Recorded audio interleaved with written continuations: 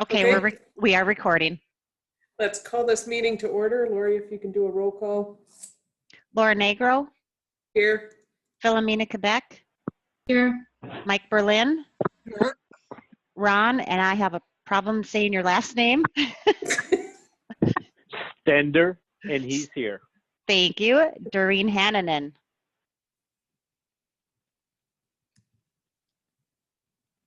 And I don't see her here. I don't see her. Okay. Approval of agenda is next. Do I have a motion for that? Ron will make a motion. We approve the agenda. Okay. I hear Ron make a first, and I saw Mike wave his hands for a second. So, Sure. Is there any discussion on that? Seeing none, all those in favor, please say aye. Aye. Hi. Aye. Aye. Okay, agenda is approved. Next is our public comments. Lori, do you have anyone for public comments there? I do not. And I don't have anybody in the county boardroom either. Okay. I've received some letters. Okay, I was going to say that Jen Torberg, I know, had sent one. I don't know if you had any more. Go ahead. So, and I can email this to you. Also, I can email this to everyone as well. This is dated October 27th, 2020, from Ann Siegler, who's a doctor of public health.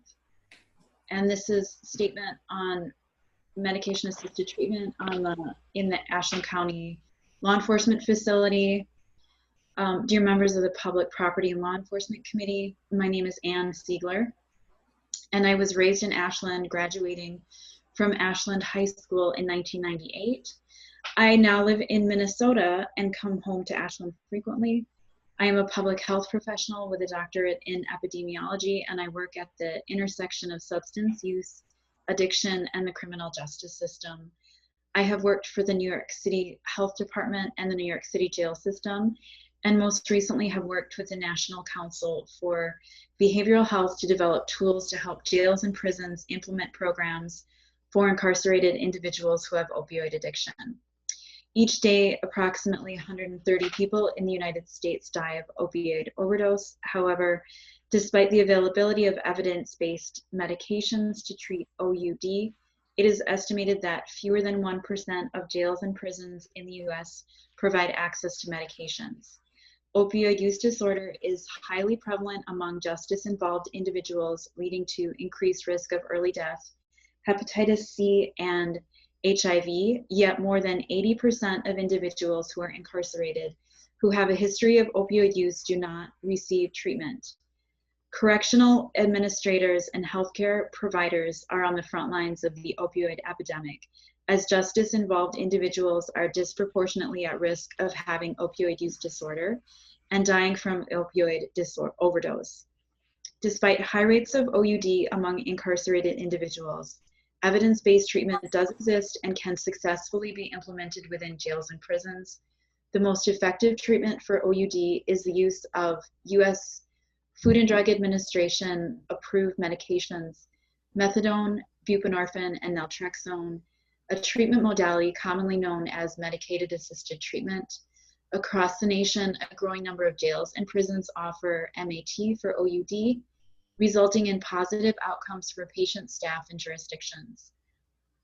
Many national trade groups, including the National Sheriff's Association, the American Correctional Association, the American Association of Addiction Medicine, and the National Commission on Correction Health Care, now advocate for the provision of MAT in correctional settings.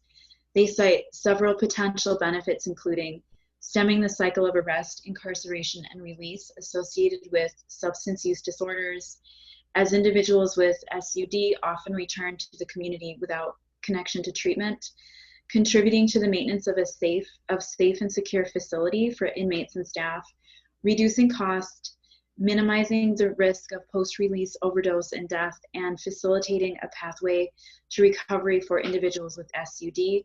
I urge you to bring life-saving medication to individuals who suffer from opioid addiction in Ashland's law enforcement facility. It is the right decision medically, economically, and ethically. Sincerely, Ann Siegler, Doctor of Public Health.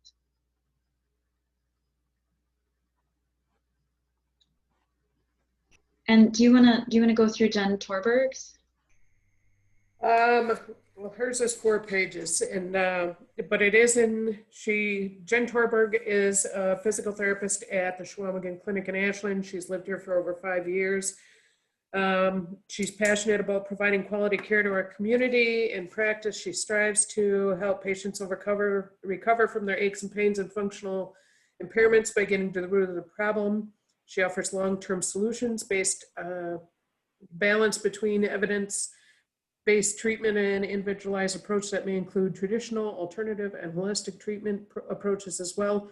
Over the last 6 years of practicing PT, she has realized that many of the people that she works have lives intertwined with addiction, whether it is in their own life or their family and friends.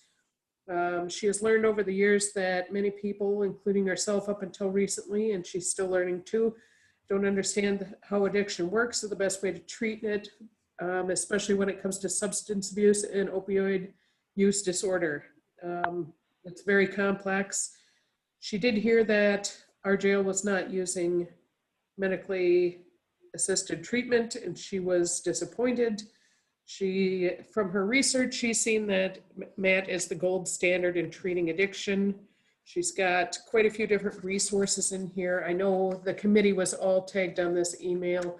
I will make sure that Lori gets a copy of that to make a part of our public record.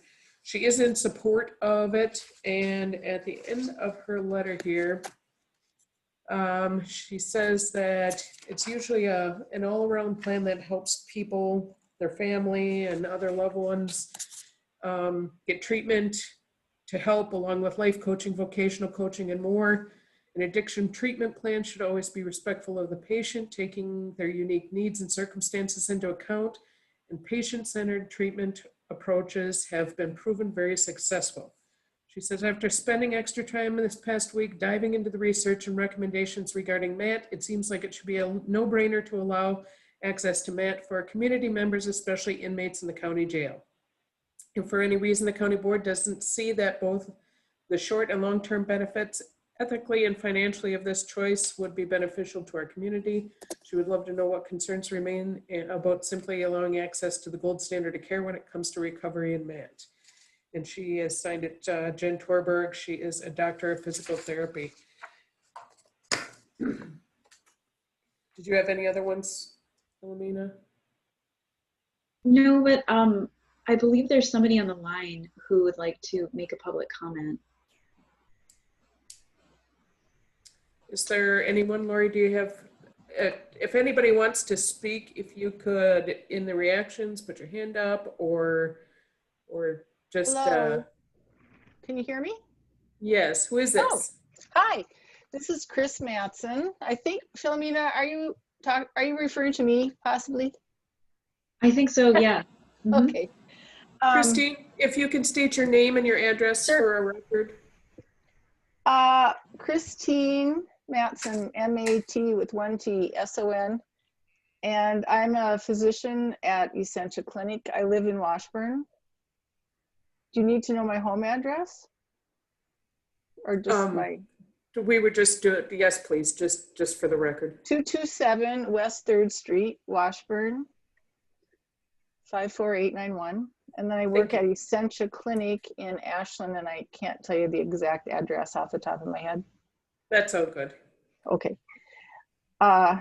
Well, I am an addiction medicine specialist, sometimes called an addictionologist. I was a pediatrician for 30 or so years. And then because I became very much involved with the adolescent and young adult heroin use problem in Northfield, Minnesota, I decided to go back to school. And first I did a Pediatric Fellowship with my emphasis on heroin addiction in young adult and adolescent patients. My project was based on my own patients in Northfield. And along with that, I got a master's in public health And then a few years, and then I started to prescribe Suboxone, so that was probably about 12 years ago. And then I worked with Dr. Charlie Resnikoff. He's my mentor, who is one of the very well-known addiction medicine specialists at Hennepin County, and he's been a wonderful mentor to many people, including myself. And then about 4 or 5 years ago, I went back to, well, but I was the first physician at North Lakes Clinic and helped with other very important people start that MAT program there.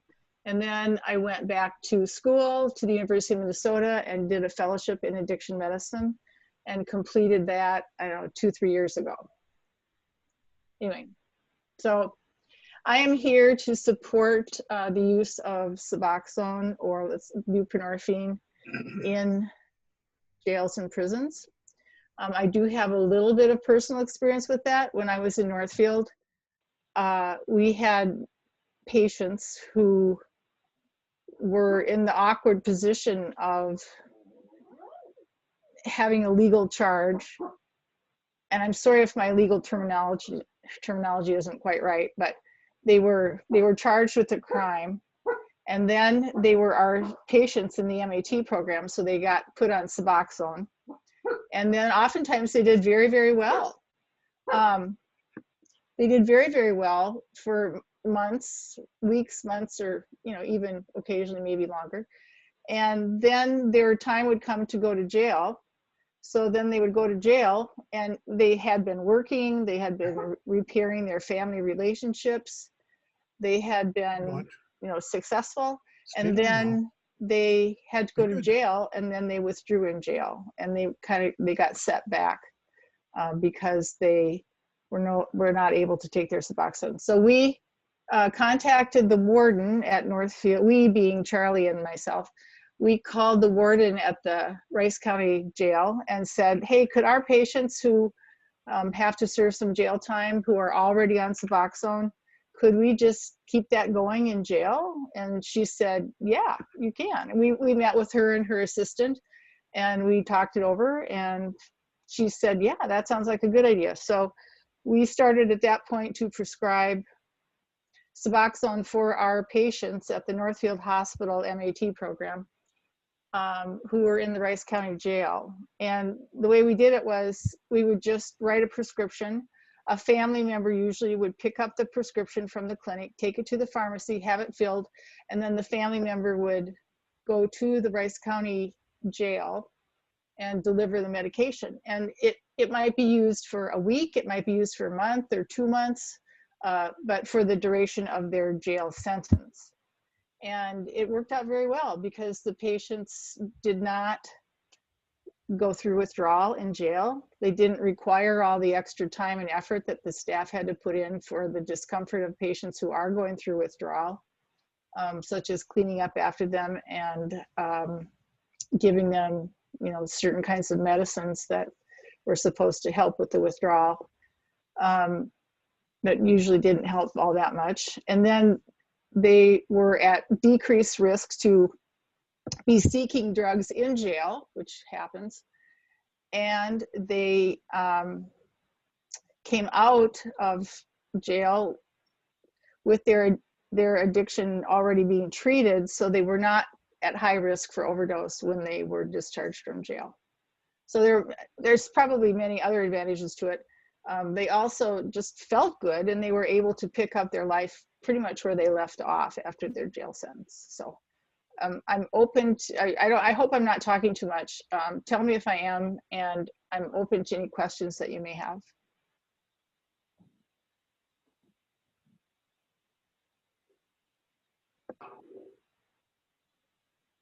We appreciate your comments. During our public comments, we don't interact. Was there anything else that you had with that? Well, I will mention that we got a grant, HRSA grant at Essentia recently, and it is a grant that is supposed to help prepare the way for community projects. And I think that this grant would be ideal to help lay some foundations for getting Suboxone in jail eventually. And I know myself for sure, and some of the people at Essentia would be interested in helping with this project if it's something that you decide that you want to move forward with. Thank you. Thank you very much. Are there any other public comments? Laura, you see none either? I see no one. Thank you. Moving on, we have approval of our public property and law enforcement meeting minutes from July 14th. Do I have a motion for that?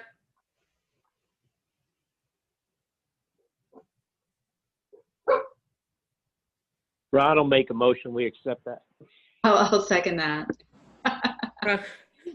I know I keep muting myself too. Ron's the first, Philomena is the second on that. Any other discussion? Seeing none, all those in favor, please say aye. Aye. Aye. Thank you very much. The minutes are approved. Next, we have our wonderful law enforcement professional, Mick, to update us on the goings-on in the jail. Mick? Good evening, everybody. Everybody hear me okay? Yes. Okay. Tonight we have 39 people in jail. I also have my jail administrator on the conference with us tonight to discuss that mat issue that we have for the treatment.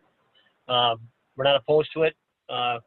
We think it's a good idea, so we'll do whatever we can to move on with that. Like I said, we have 39 in jail. So far this year, we've had 6,926 calls for service, 713 complaints or incidents to investigate. We've had 141 arrests, 151 traffic citations, and 223 traffic crashes to investigate. Right now, the jail had one CO test positive. She has been quarantined and is off work and expected to return around the 1st of November. We tested any other persons that had contact with her in the pod that weren't masked. They all tested negative. A total of 8 were tested. No inmates were at risk when this correctional officer was issuing the medication.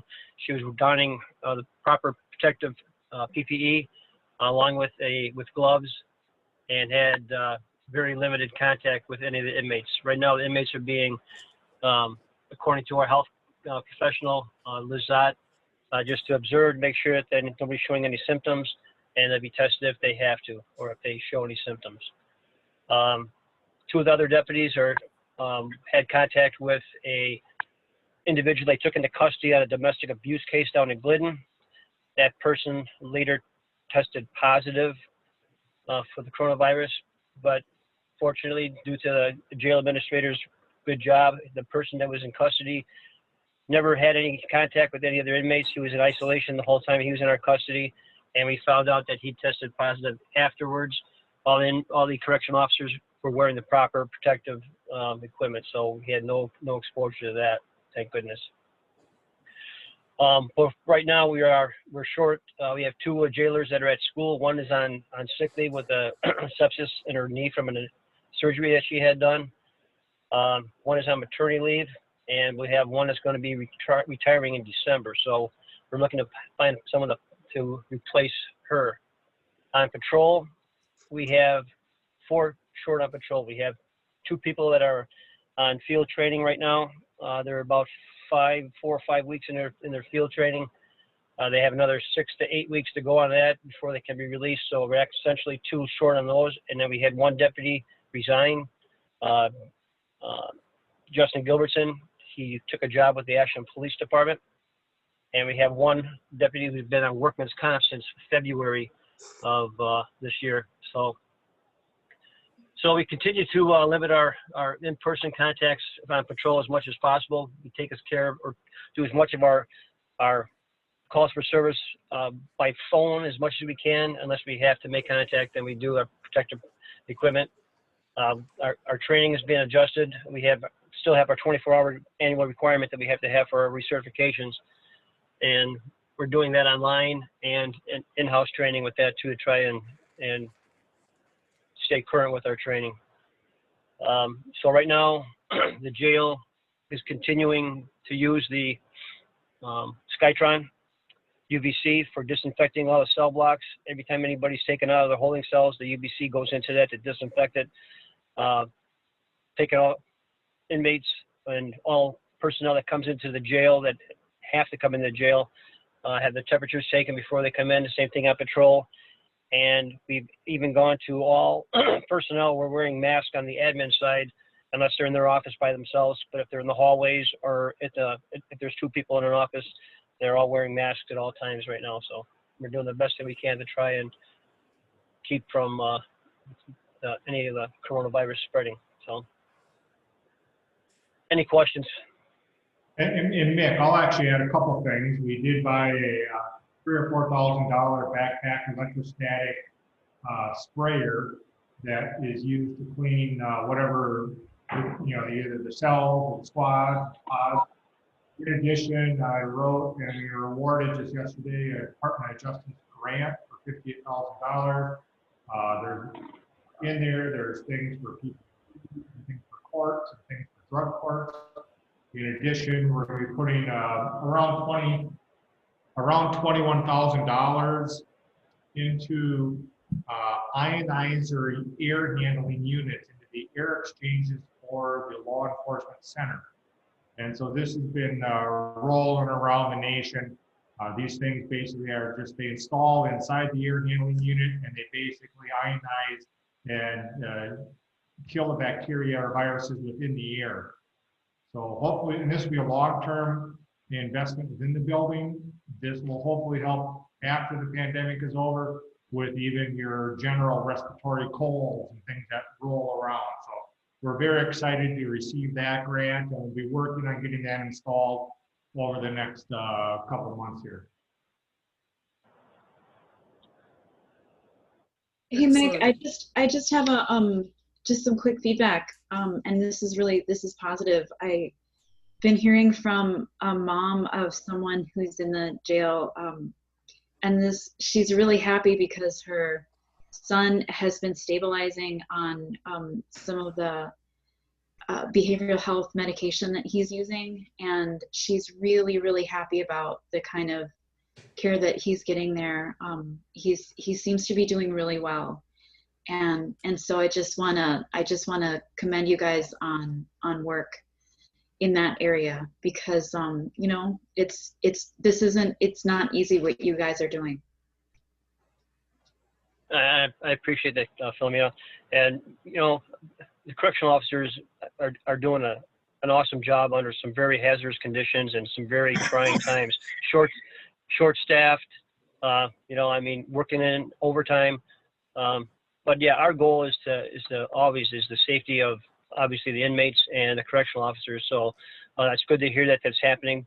But I have to say it's not unusual. This is something that these guys do and gals do every day. So, but thank you very much.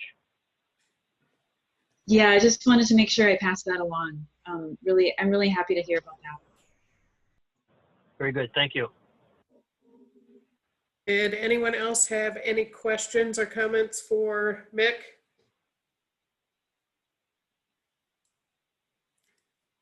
I do thank you, Mick, with all the different areas that you're handling, especially short-staffed. And I know this is just what you guys do. I've been inside there. It's the most graceful, organized chaos, because that's what the job is handling it all as it comes in. So I appreciate all you do. Thank you very much. Appreciate that. Are we in order to accept his verbal report? Do we need to accept each one of these? No, these are not I action don't think so. policies. Okay. No action items. Yeah. Okay. All right. Thank you.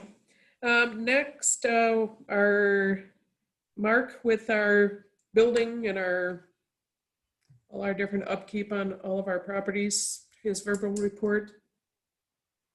Thanks. I hope people can understand me through the mask here. This is kind of new for me.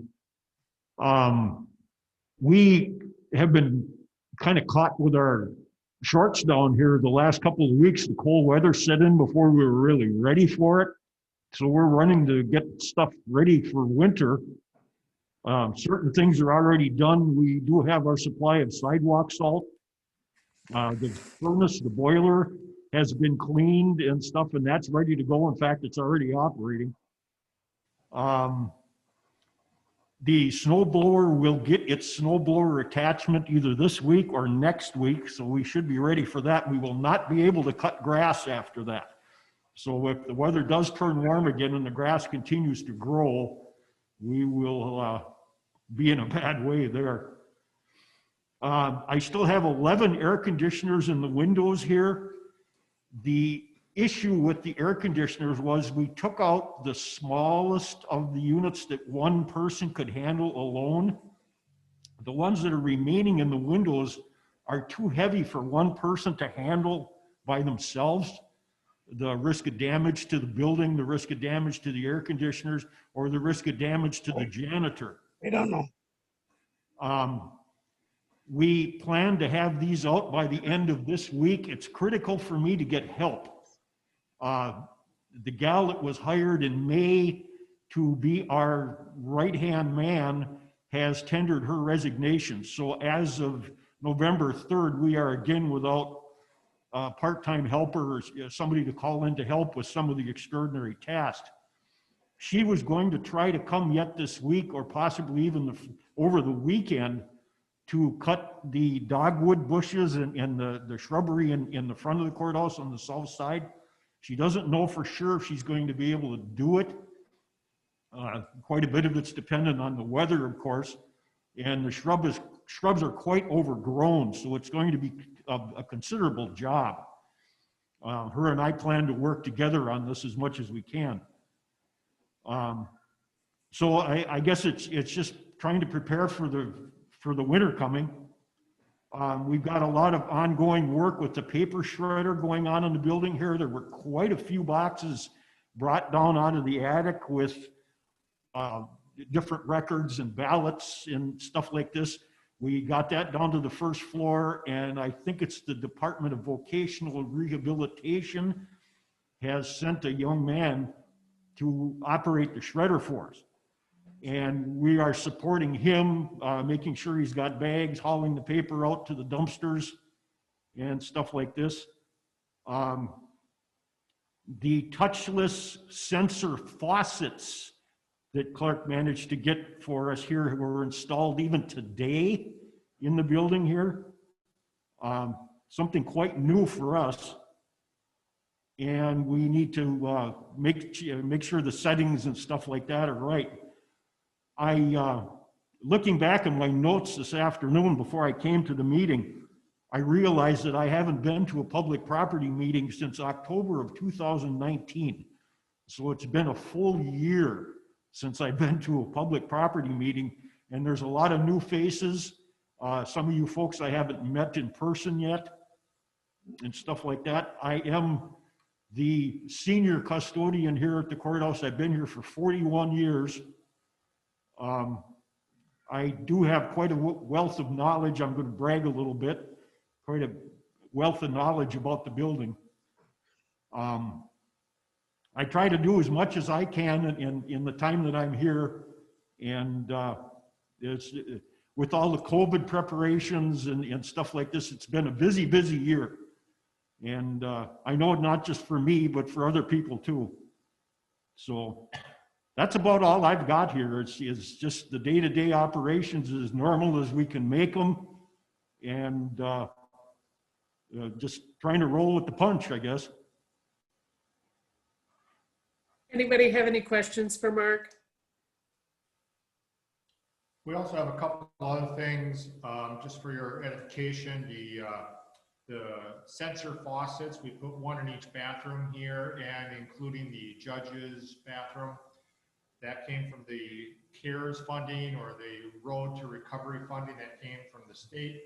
I also ordered water bottle filler fountains, water bubblers or water fountains here for the courthouse, one for each floor and one in the 514 building, which is the new Horizon buildings we have downtown. And then I also am putting one in the HHS building on Sanborn. And that came from CARES dollars also. In addition, the 514 building, we put a push bar lock on there because due to limited amount of staff that's in that building, we couldn't leave the door open to the public. They're not seeing very many CSP or CCS clients. This is a behavioral health program in person. They're doing an awful lot of Zoom remote meetings with that. Henceforth, we had been locking the door, but it was not safe to have basically deadbolted while you have some people inside. So we did just install last week a push bar. So if there's an emergency, people can be pushed out to get out of the way there. The land conservation building that got sold to a new owner here in town, and the bank that had owned it had been looking at substantial increases for rent on that. I have gone over this with the finance and executive committee a couple times, since this committee didn't really meet that often. Since we have declining budgets, we were looking at maybe even moving that department to the 514 building. We did negotiate a lease with the new owner on the land conservation building at the current rate until December 31st of 21.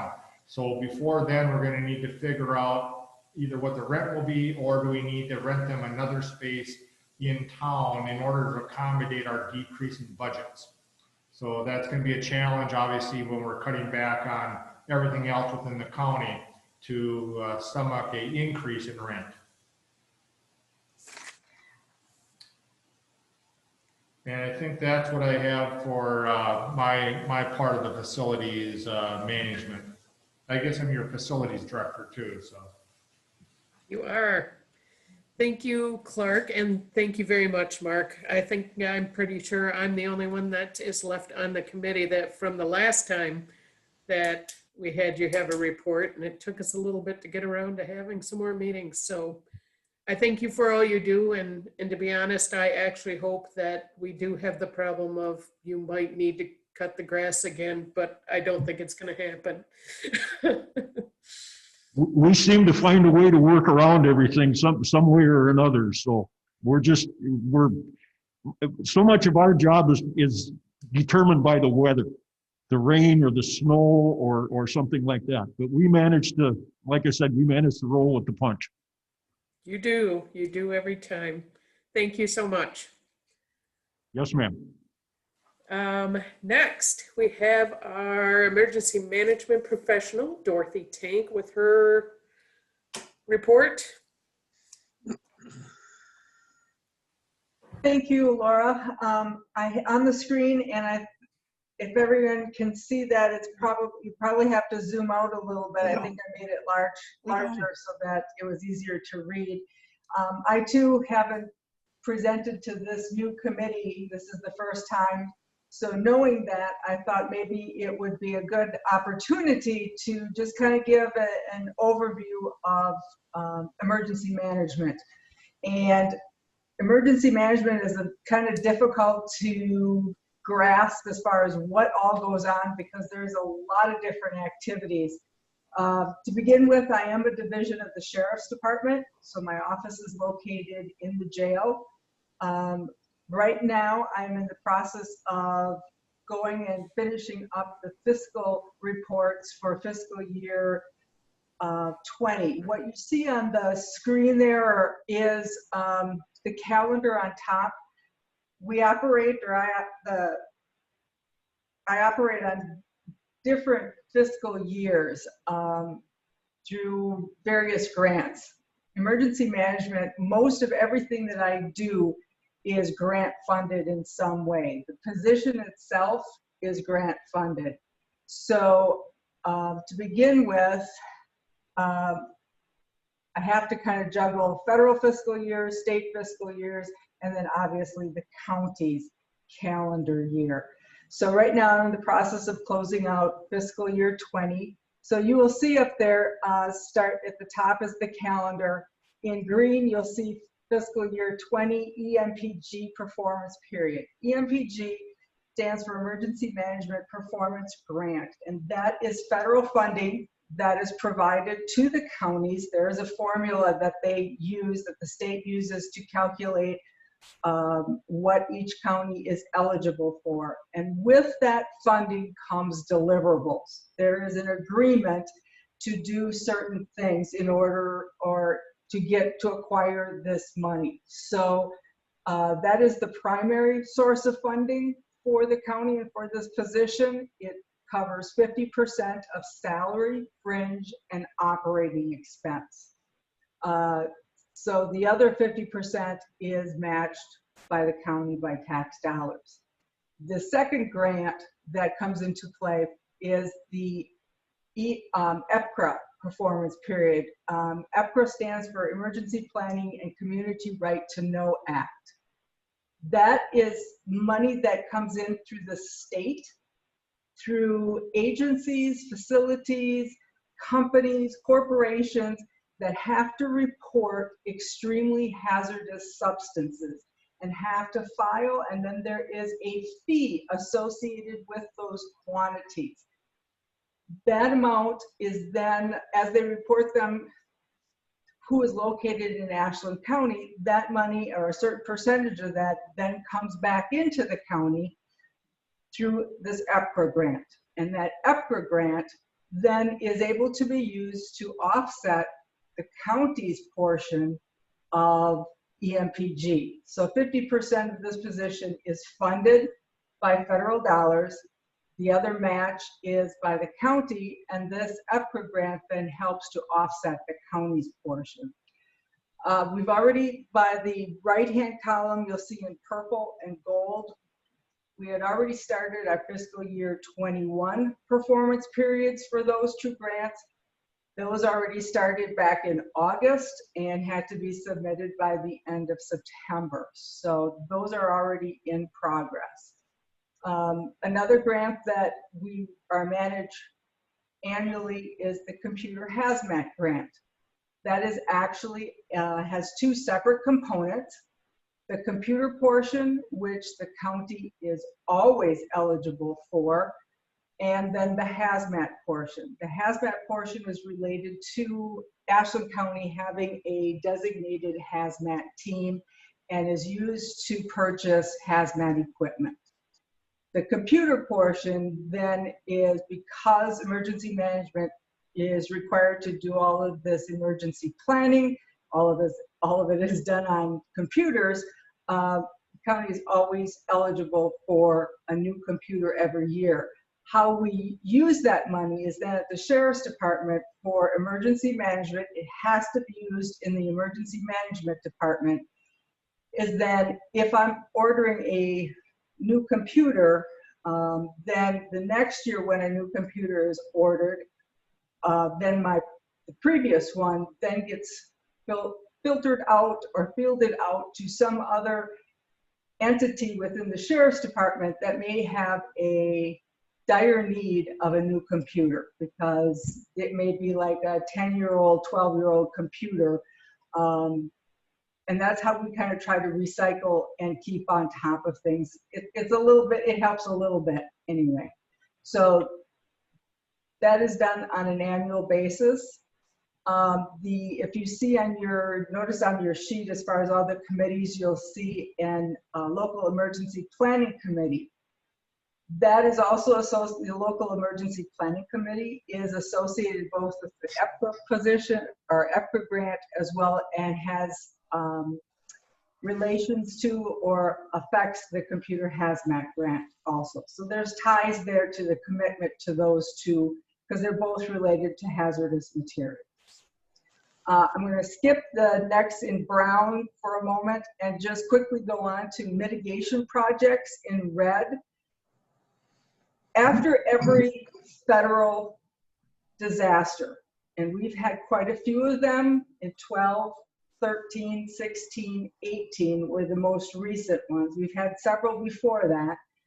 A certain percentage of dollars get set aside where counties can pursue mitigation dollars for specific projects. Following 2016, we had 2 landslide residents that had requested to apply for this particular funding. We are still working on those 2 residents. We've encountered some particular issues that have significantly delayed the process, but that is still being worked on.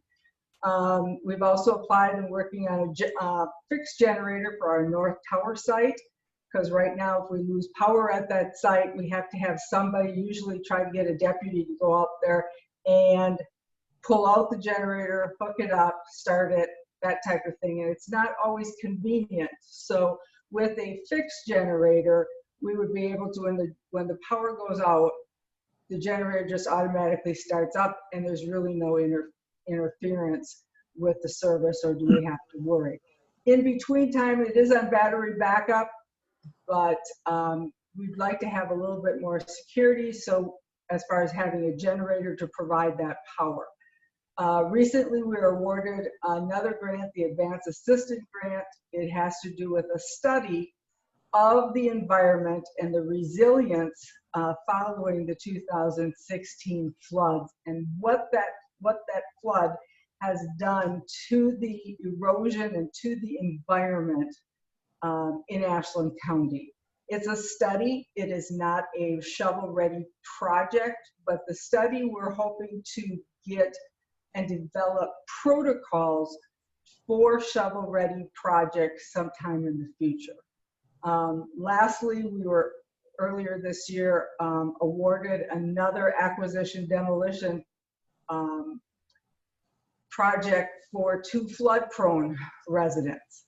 So that kind of gives you an idea of some of the mitigation projects that are being, that I'm managing right now. Before I go into the PPE, are there any questions on those particular grants or that process?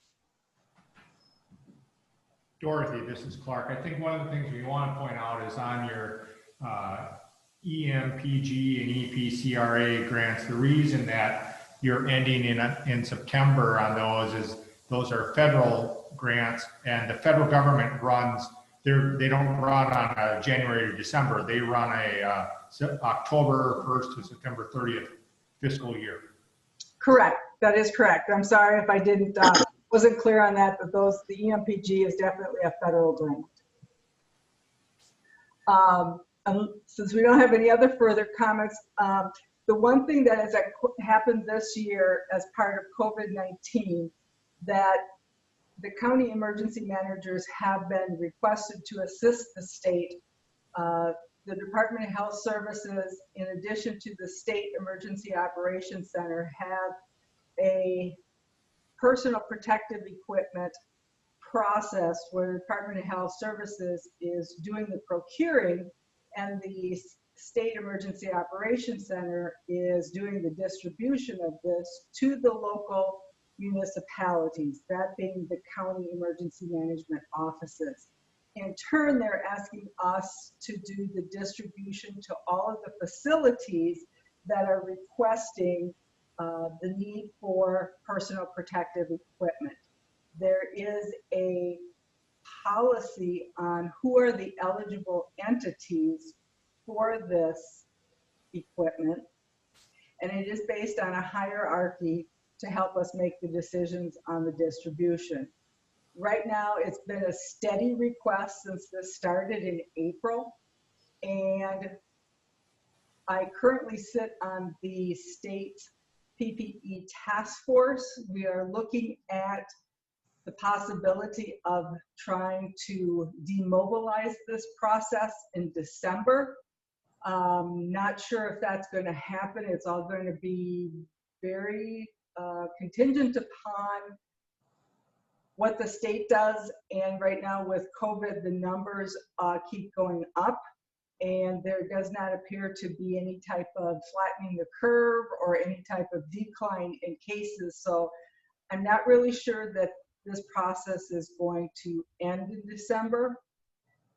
It takes, as far as I am the only person doing this, and most of the people in the Northwest region who I'm representing on this task force, we are one-person departments, and pretty much it can take up approximately 32 hours of my time every 2 weeks, this entire process.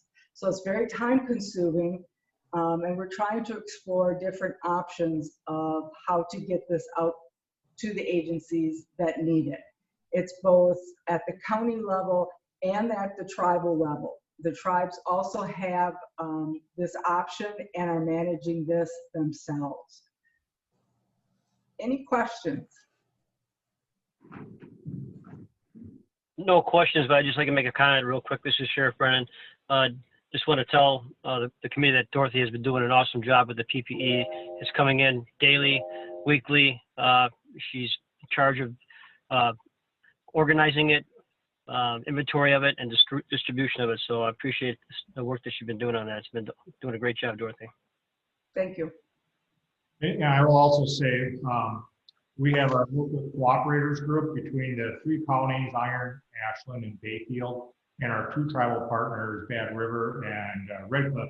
And Mitt and Dorothy both take part as much as they can on those every Wednesday at 10 o'clock meetings, and we coordinate this response in this pandemic and emergency between all these partners around here. In addition, we have the city fire chief and MMC. So I just want to commend both Dorothy and Mick for being part of that group. And I hope even after the pandemic, this group keeps up so we can coordinate government activity between us. So thank you both. This is Commissioner Mike Berlin, Dorothy Tank. The question I have for you is, do you have help doing grant writing for these grants that you have coming in, or do you do that on your own, or?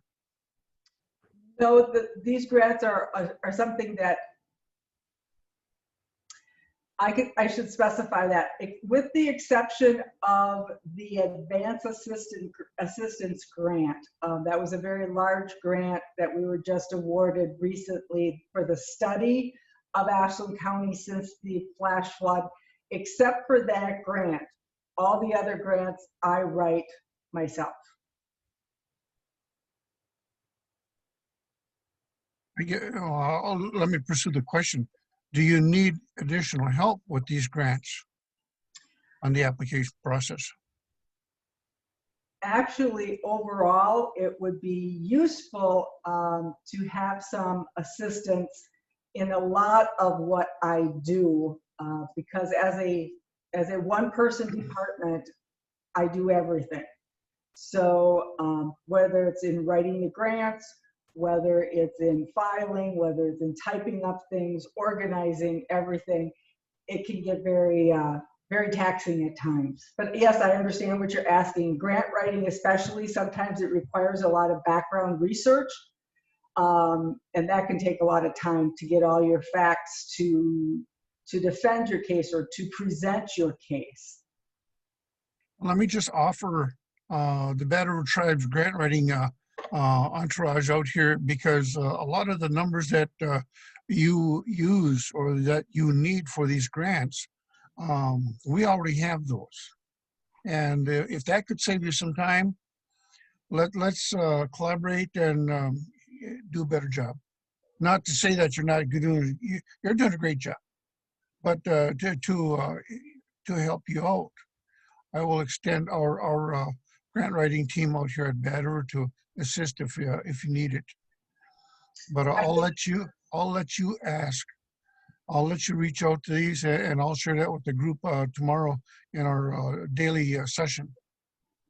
Well, I appreciate that offer, and I will definitely keep that resource handy as these grants come up. Yes, thank you, Mike. All right. Otherwise, unless somebody has any other questions, I have nothing else at this point. I just want to commend Dorothy. I know she and I, Lissa from UW and Mary Jo from Land, were all on a FEMA webinar for grants, and I know Dorothy's helping a couple different departments with those, and The one Lissa and I were looking at didn't turn out, and I know Mary Jo is going after one, but you know, Dorothy also collaborates with these other departments and helps direct, you know, some of the finer details when it comes to knowing what things you can and can't do, or think just different nuances of these. So not only is she writing all these grants and funding all these things, but then she's helping other departments also. So she is a very invaluable, I mean, just absolutely priceless resource that we've got.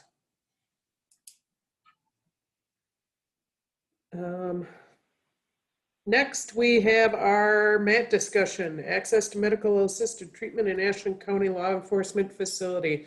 And I think that was it Tony? Are you going to do that?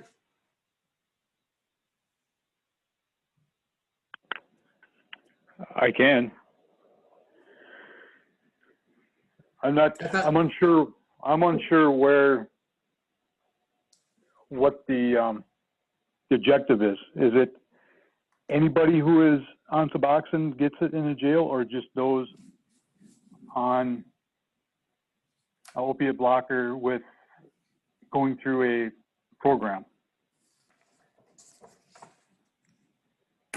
You know, maybe you could just talk about how, you know, whether there's access to anything right now, and whether there is any sort of initiatives that you guys are working on to, you know, provide more access. We don't have access to opiate blockers. It's we treat the withdrawals right now. Talking to our provider, if they are coming in, if they're on a program and they're taking Vivitrol or Suboxone, they would provide that. So they're not losing that. But if they're not in a program, they don't want to provide it. If that makes sense. Yeah, I think that makes sense. Currently, Washington County and a few other counties on the eastern side of the state have a program where they administer Vivitrol their last week in jail, and when they get out, there's a slew of professionals like human services involved, probation's involved, and they have a director that's involved that makes sure that the people that are in the program go to their treatment. They go for their shots. Human services checks to make sure that who is comes into the program and make sure they're doing okay. So their programs are pretty tense for the people leaving the jail. And according to a provider, they're seeing a pretty good success rate of people not coming back.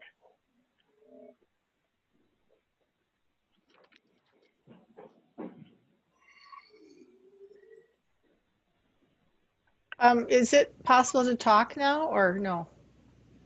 Yeah, go ahead. Oh, this is Chris Mattson. I don't know the rules very well. May I ask, what do you mean by in a program? If they're in a substance abuse program. Okay. Now, my impression, I have probably varying from 60 to 70 patients at any given time. And I'd say 90% of them have been in jail in the last 5 years. And I've had many who have been in jail recently. And to my knowledge, none of my patients get Suboxone in jail, even if they request it. And they are in my program. They're in the Essentia MAT program. And sometimes they're in other programs as well. Does our provider know that they're in a program, or are they just asking for it? I have no idea who your provider is. I don't think the patients know that either. I mean, my patients come back to me and they say that they are in withdrawal, which is a very miserable experience. And then they're given some meds, I'm saying quote unquote meds, because they're not withdrawal medications. I mean, that what you need to treat withdrawal is you need whatever substance treats that kind of withdrawal. In the case of opiates, it is something like methadone or Suboxone. Now, there are adjunct treatments that can help relax people, maybe take away their nausea, maybe make them sleepy and less talkative, so they don't maybe act out as much, but they're still going through withdrawal and it's still really uncomfortable, and they're not actually treating the withdrawal directly. So that's been my experience. I have heard that Bayfield County got a grant that allows them to give Vivitrol, but I've asked to know how many people have actually gotten Vivitrol in Bayfield, and I didn't get any answers. So I would suspect it's very few. But you know, I'm the doctor for many patients who go to jail from Ashland and Red Cliff and Bad River, and I have never heard anything about being able to take Suboxone in the Ashland County Jail. Okay, I can put you in touch or have our provider get in touch with you. Yeah, So may I ask, who is your provider? our provider's American Correctional Health. Is there a person? Yeah, it's a larger company, but yeah, we do have a district manager. We have a nurse that's in the jail and doctors we can contact. I'd be very interested in talking to the doctors that are in charge of that program. Okay, what's your name again? Chris with a K, Matson, M-A-T-S-O-N. And my personal cell phone number is 952. Kristen, don't be personal cell phone on a live Zoom call that's going to be recorded, no offense. Why don't you can send it in to me at the county, clerk's or at the Hey, county. Philomena, can you send in my cell phone number? Sure. Okay, thank you. Thank you. I just don't, you never know where these things Yeah, happen. that's okay. I appreciate that. Thank you. That's okay. And also, Tony, could you explain a little bit for the group, about our medical service provider? We don't have a county staff providing medical services. We contract with an agency that sends in, basically, a nurse that's supervised by a doctor, and they work so many hours a week. Is that correct? Right, we contract for a nurse 20 hours a week. We split that with Bayfield County. So it's the same nurse with us and Bayfield County, just they split 20 hours each place. Mm-hmm. But so I have a question. This is Philomena. I'm at Quebec, and certainly there's a lot of people who come into jail for a short period of time who don't necessarily need to get assessed or anything because they have prescriptions and they have treatment that's already set up with doctors that are outside of the facility. And so, I don't know how much really this contracted service needs to get involved with doing a diagnosis or setting up a treatment plan for people who already have their treatment plans and their diagnosis and their prescription set up. I think it's just a matter of working out how those patients can access the medication that they've already been prescribed. And what I heard Dr. Matson talk about is that when she was working in Northfield, they had relatives working with the pharmacy to make sure that the jail had the medication for the patients, and then that medication was provided to the patients while they were in the facility. So, I think to a certain extent, like the contact and the services that those contracted doctors are providing doesn't have to be as extensive. I'll just say too that I see it like any other disease. If we're going to talk about addiction issues as a disease process, you know, patients, I would assume, and please correct me if I'm wrong, would bring maybe their own insulin or their own blood pressure pills with them when they go to jail. Maybe they don't, but I would assume that they use their same treatment plan. There's probably some communication between their previous provider, and I want them to take so many units of insulin every day at such and such a time. And I just see it as something similar to that, although probably not as complicated as most diabetics would be. But just ongoing treatment for medical issues, just like other people have for their medical issues. I don't see it as very distinct. Okay, as for direction on this, because the direction on our sheet is to have possible direction for staff for future study or other direction. Was there ideas from the committee which way to go? Because I know myself, because I've been on this committee for a while, I have signed up for lots of different Bureau of Justice stuff. There is, this one is just one I went back through my emails because after this was on our agenda, the Bureau of Justice Assistance's Comprehensive Opioid Stimulant and Substance Abuse Program Community there is a grant for studying addressing substance abuse use disorders in jails in America, and there's a grant for it, but the deadline is tomorrow. Yeah, but there's more. I know there's more grants out there. I get these all the time. It was just once this hit on our agenda, it was like, okay, leaf back through those. So if this is going to be something, what direction are we giving staff for this? If, before you give any direction, the person I talked to from ECH today said that he would talk if you needed him. I know that they have their doctors on the outside, and you assume that we follow the doctor's orders. However, the patients are in our care, so we do have to get our doctors involved, our providers' doctors involved. When someone comes in with medication, we have to verify that that's the medication that's in the bottle. We have to count how many's in there, and then we call a provider to see if they'll give it to them or give it to the inmate. And if there's like a 30-day supply issued 10 days ago and there's 20 gone, our provider may not accept that and not let us give them those medications. So it's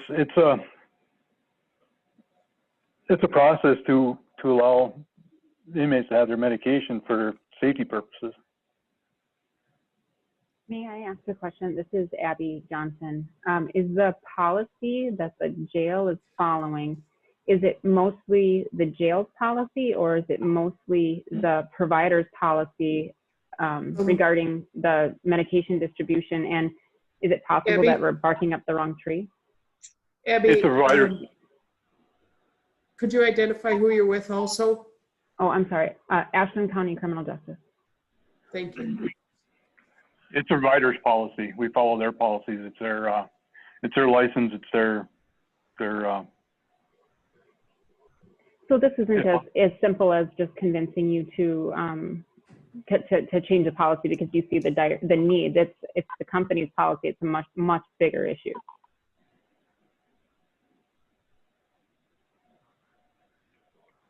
That's Sheriff Brennan. It's correct. Our healthcare provider is the one that assumes all responsibility and liability for anything that might happen to an inmate under their care. So they're the ones that set the policy as far as what medications are going to be done. Sometimes somebody will come in with a certain medication. They might provide something that's just not exactly the same medication, but something that's similar. Most of the time, they try to keep them on the medication that they have from a prescribed doctor that's been given to that person, and they're using it correctly. If they haven't abused it or if they're that kind of thing. But the healthcare provider is the one that sets a policy on what types of drugs are in the jail, and they assume the responsibility and liability for anything that happens in the jail. That's why we contracted with them. The other thing Okay, is- great.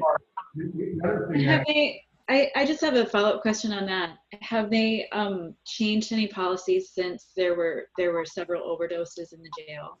You know, we've had several overdoses.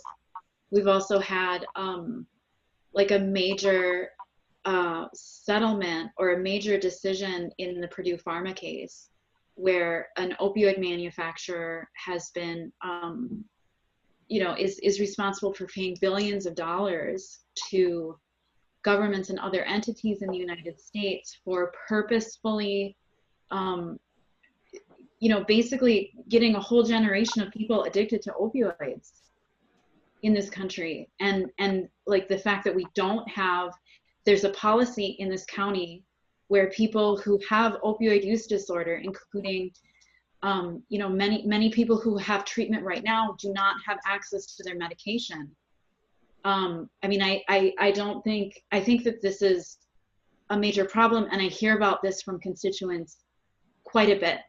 And so insofar as this company has made it a policy to prohibit this medication, I don't think it's up to that company itself. We as a government are ultimately in charge of the people who are there. And if they're not receiving the care that they need to the extent that their lives are at risk, we need to change that policy. I'd be happy to talk to them. I would be more than happy to talk to them. You know, and I think there's other people in this community who would be more than happy to talk to them. Because this like the situation that we have right now is not workable, and it really puts the county at increased risk for liability. So this is Clark. I'll have a couple comments here. One, we have been involved with these lawsuits, basically, from the suppliers, the distributors, the manufacturers, and the retailers. So there's multiple lawsuits that are going on. We're in a class action suit with maybe 3,000 other counties. And I have been involved with talks about the distribution methodology if money ever flows our direction. And I've been keeping the executive committee up to date on those issues. We just had a closed session to talk about the latest discussions on those issues. But I don't anticipate any significant amount of money anytime soon from those particular lawsuits.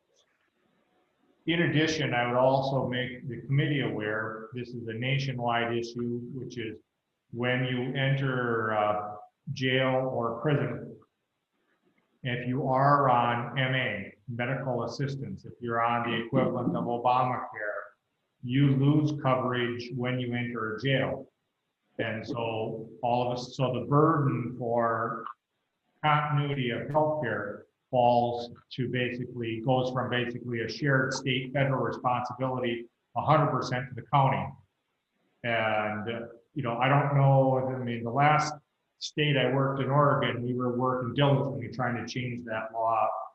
And I don't know if you guys have ever addressed those issues here in Wisconsin or not, but I think that's also an issue which affects the health of our inmates, which is they don't have the same insurance they had before. You end up going on basically a county taxpayer funded health plan.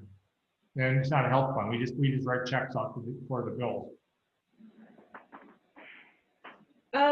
Clark, I just have a question about that, and maybe something we need to follow up for research, because I think there was a regulation change that happened at the state recently, and the state is no longer like a Medicaid cancellation, but it's like a suspension.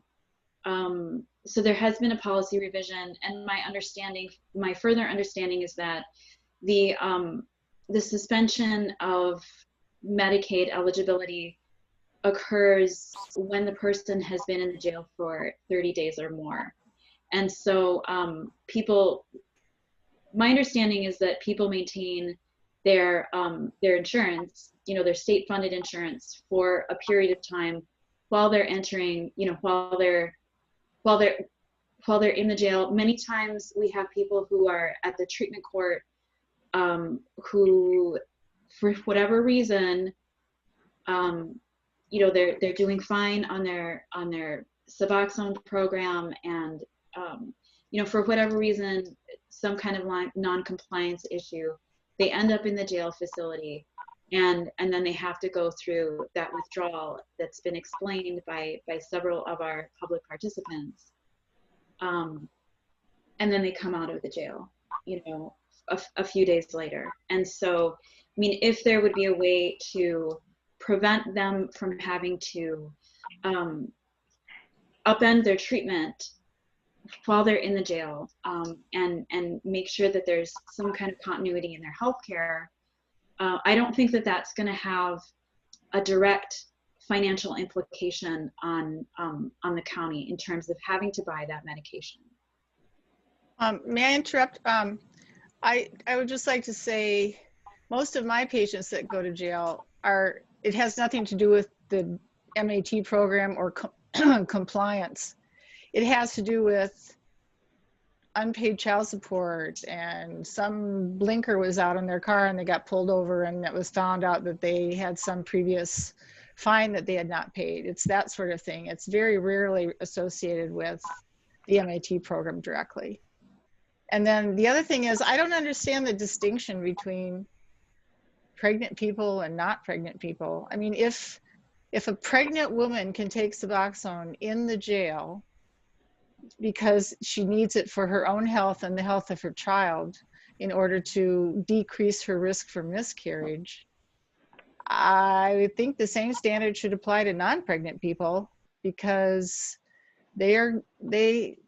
life is important, whether it's a pregnant woman or a non-pregnant man or woman. And I don't get the distinction there. It seems like it should be the same for everybody. But I think that because pregnant women are granted Suboxone, that just underlines the importance of it for the health of all people.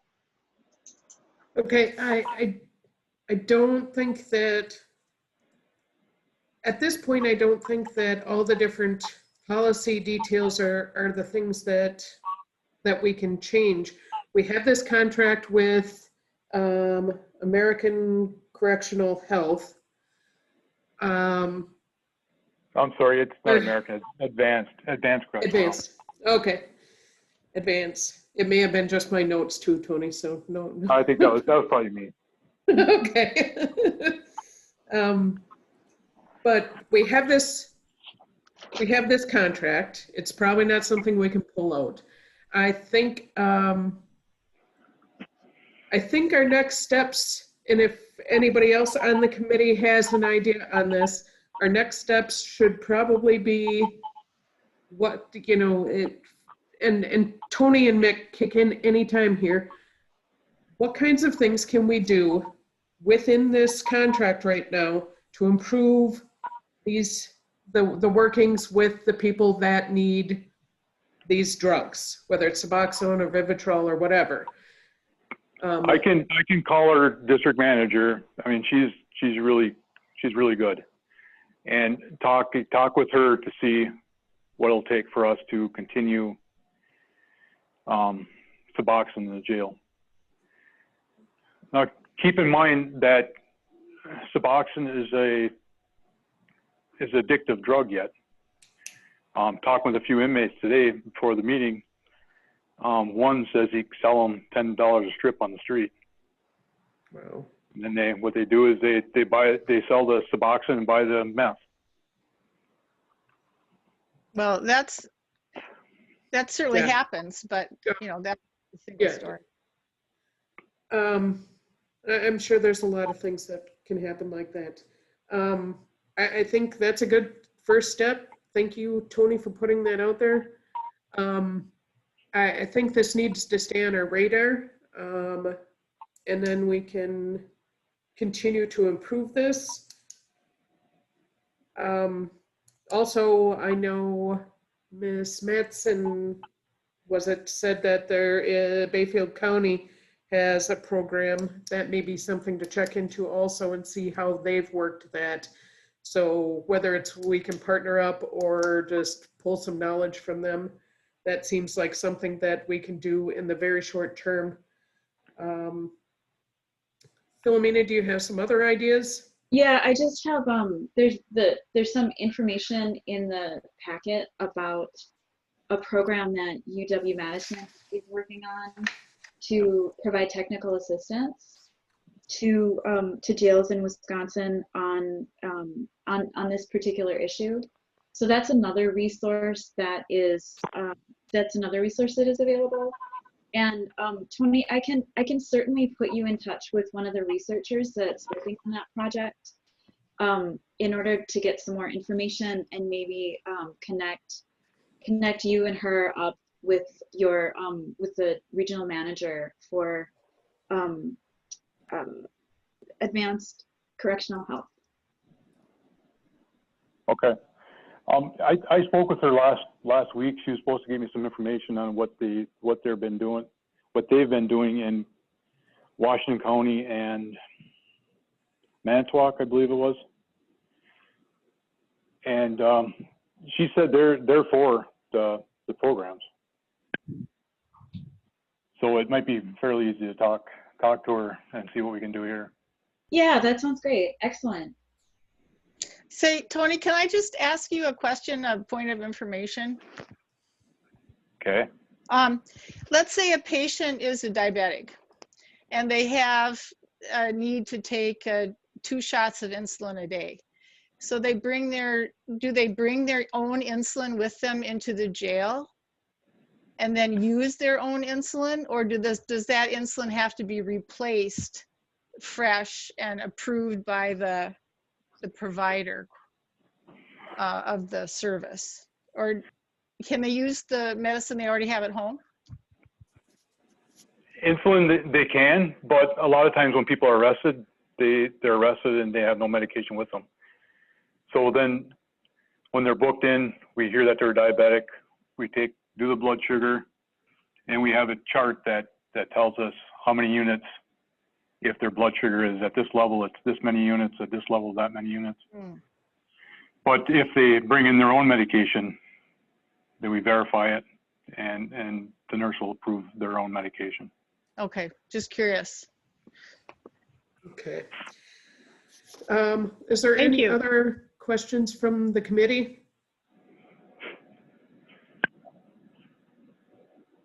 Okay. Thank you, guys. I think we've got a few workable points. We can keep this on our next agenda and keep working on it. Try to improve the smaller things that we can make the easier steps, and then work on something long-term.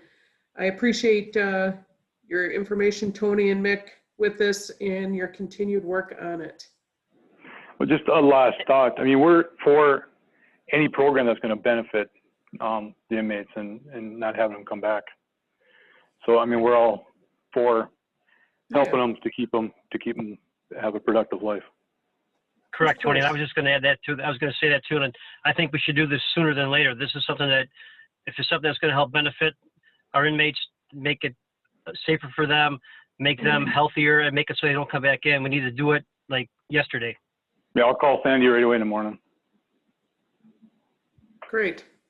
That's okay. I'll follow up with you, Mick, on getting you connected with Dr. Mattson. Okay, thanks. I don't think I have Tony's information, but You can get it to me, Philomena, and I'll make sure Tony gets it so they can connect and get the right information they need to have. excellent. Thank you so much. Thank you both. You're okay. Moving on to our next, it's a resolution aid to counties with Indian reservations. Is Jim on?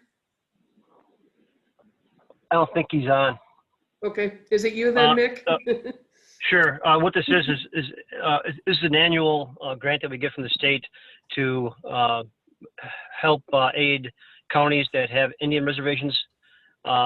It's a resolution that has to be passed or by the county board and by the tribal council. I've already contacted Barb Stone, the executive secretary for tribal council, and there's going to be, I believe, on their agenda for the November tribal council meeting. And what we need to have is this committee to approve it and pass it on to the committee, the whole committee in November for that. It's the resolution. The amount, the dollar amount has not been disclosed by the state yet, but it's usually around the $47,000 to $49,000. And what that does is help provide law enforcement on tribal land.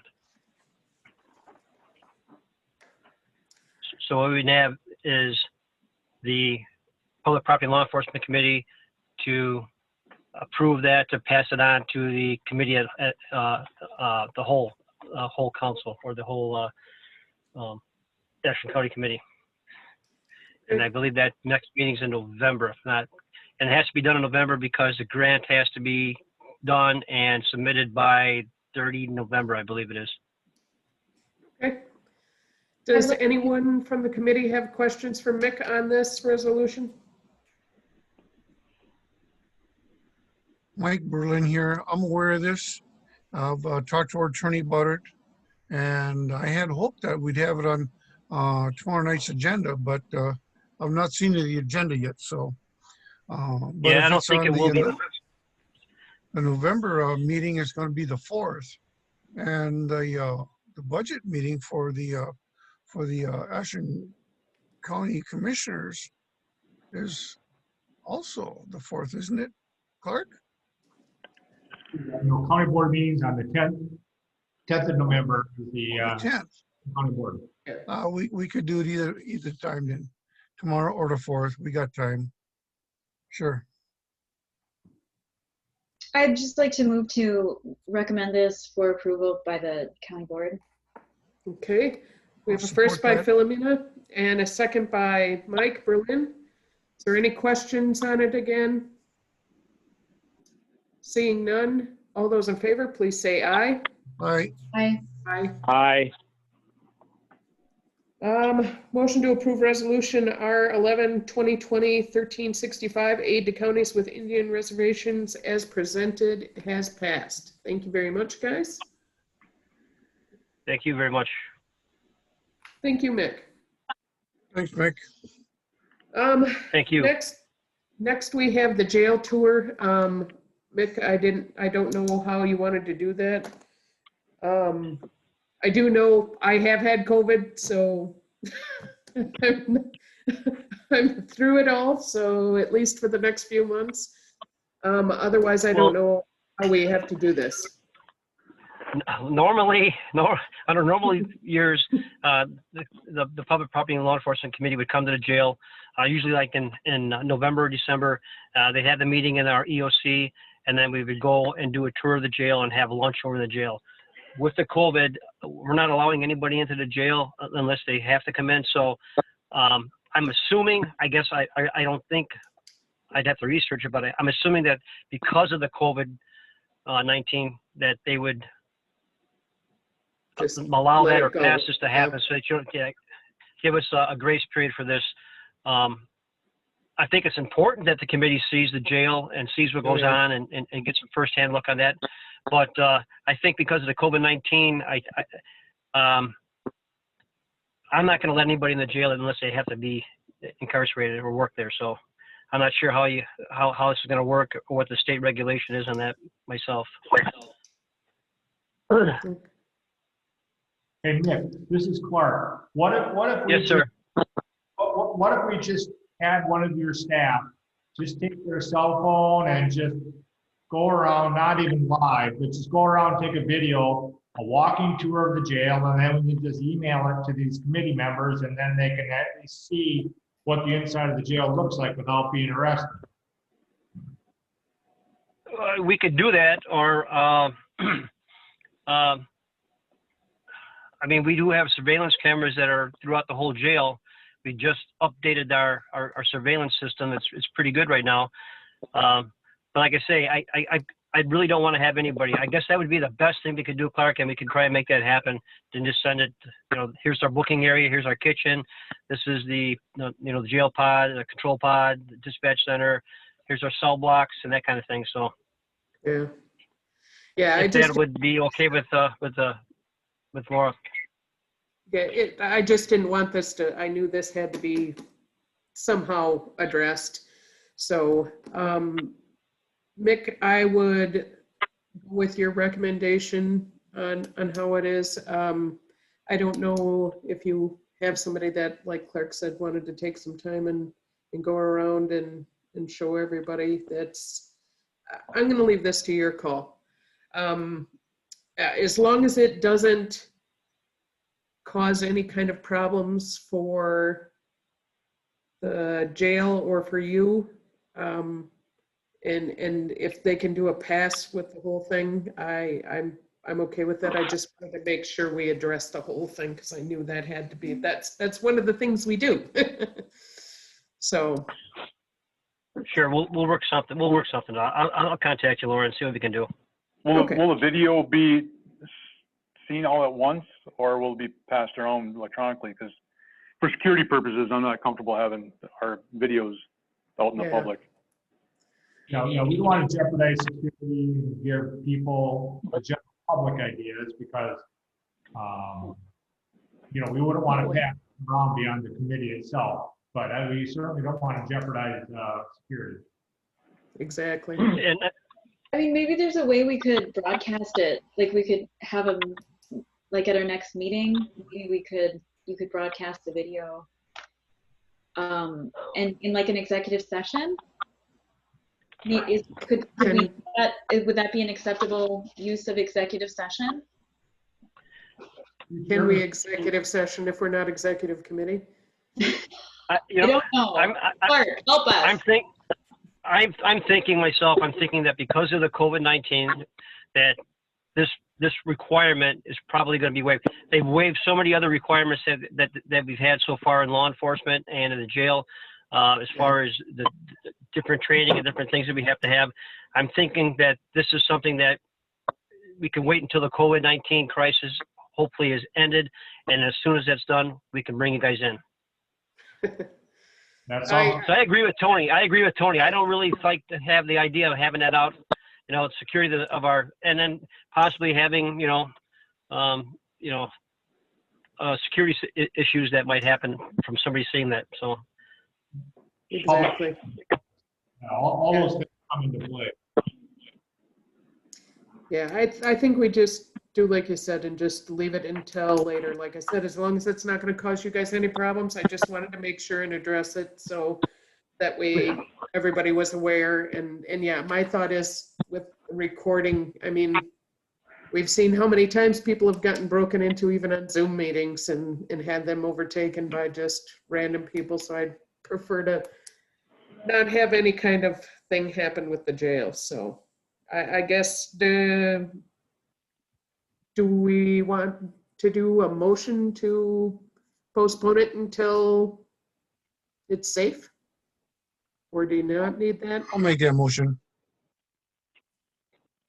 Ron will second that. All right. All those any more discussion, guys, on the committee? Seeing none, all those in favor, please say aye. Aye. Aye. I don't know where Phoebe went. Is there any opposed? And abstain? Okay. I didn't hear your vote, Philomena. Oh, I said aye. Okay. Chorus of ayes. Sorry. No, that's okay. It was like I heard guy voices, so I just wanted to make sure. Aye. Okay. All right, a next meeting date. Do we want to have another meeting in a month to address this? I mean, I want input from Mick and from Tony. Is a month lead time on some of this stuff right now good? with the couple of steps that we've talked about? Well, yeah, and that'd be fine, but I'm thinking that by the next meeting, we'll have that system in our jail already, so we'll just be able to advise you on how it's going. Cool. All right. Let's set our next meeting. What is it? The last Monday of the month is usually when we are. We just had a conflict this time, so I don't have my calendar up. November 23rd Is that or too November close to 30th. For the 30th? The 30th? Does that sounds like it works for everybody? Fine. Yeah, I don't think Okay. on the county Yeah, board, that's not a problem. What'd you say, Clark? I said, you're looking at November 30th? Yep.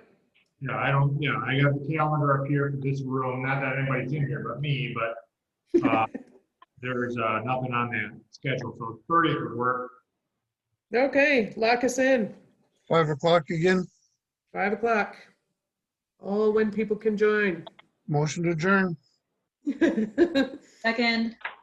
All right, motion to adjourn in a second. All those in favor, please say aye. All right. Aye. Thank you very much, guys. Thank you, Mick.